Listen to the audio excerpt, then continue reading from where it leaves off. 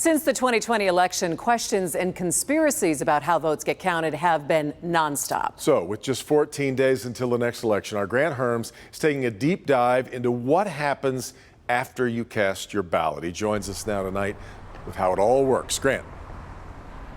Well, Devin, Chrissy, there's been a lot of confusion, and it's not surprising to see why. For so long, so many of us didn't have to understand what happens after we cast our vote. But what we found this year is a system of double checking and triple checking the count and then double checking that. But what it all boils down to is inside this envelope, the paper ballot. In Michigan, there are 1,600 clerks running elections in 83 counties, all at once. That means millions of votes cast and counted. But it all starts with a single ballot. Clerks are really a belt and suspender kind of people, so we have backups to backups. Adam Witt is the clerk for Harrison Township and has been for 10 years. He's also the president of the Michigan Association of Municipal Clerks, an expert in elections and the ballots he gives out. When you get your ballot, it has a number on the top, so that way everyone is a unique number for each precinct. So we know that we were only giving out one ballot number 1 or one ballot number 2. So can't bring in your own ballots. We're the only ones that have them. And this is when the work starts. Once the ballot is filled out, it goes to machines like these, called tabulators. They read votes just like a Scantron test in school and can even take pictures to make sure write-in candidates are counted.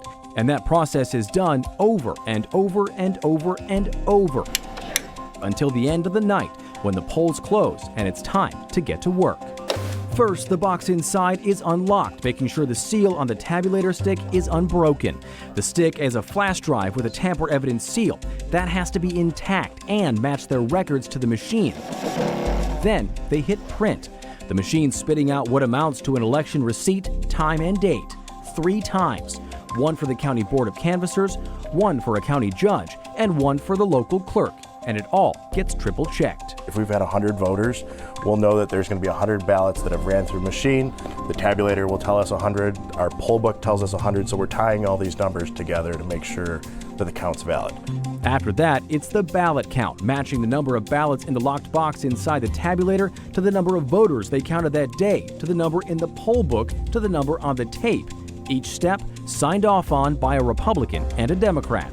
The ballots are then stored, again under lock and seal in a box or bag, and that flash drive is in its own tamper-evident sealed pouch, and it's taken here to the county clerk's office, like Anthony Ferlini's in Macomb County. So it's driven down here. We get these, we put them into our secured server, which is not on the internet. That is then all the numbers, whatnot, are put into our software, and the reports are put up live, and then the media gets their numbers late at night. Macomb County wouldn't show us the server itself for voter security reasons, but once those are up, the county verifies those votes and sends the stick back to the local clerk with a matching seal. The unofficial results go up and the canvassing or review process starts all over for the next few weeks until the election is signed off on by the county and eventually the state. All designed as fail-safes to make sure nothing got missed and everything got counted. Now, this whole process, a little boring and more than a little labor-intensive, is under serious scrutiny this election season. But the clerks we talk to don't see that as an inconvenience, but as a way to explain election protection.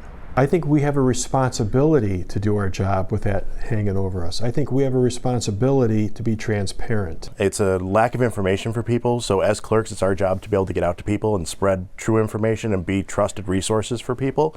So we were looking as an opportunity to share.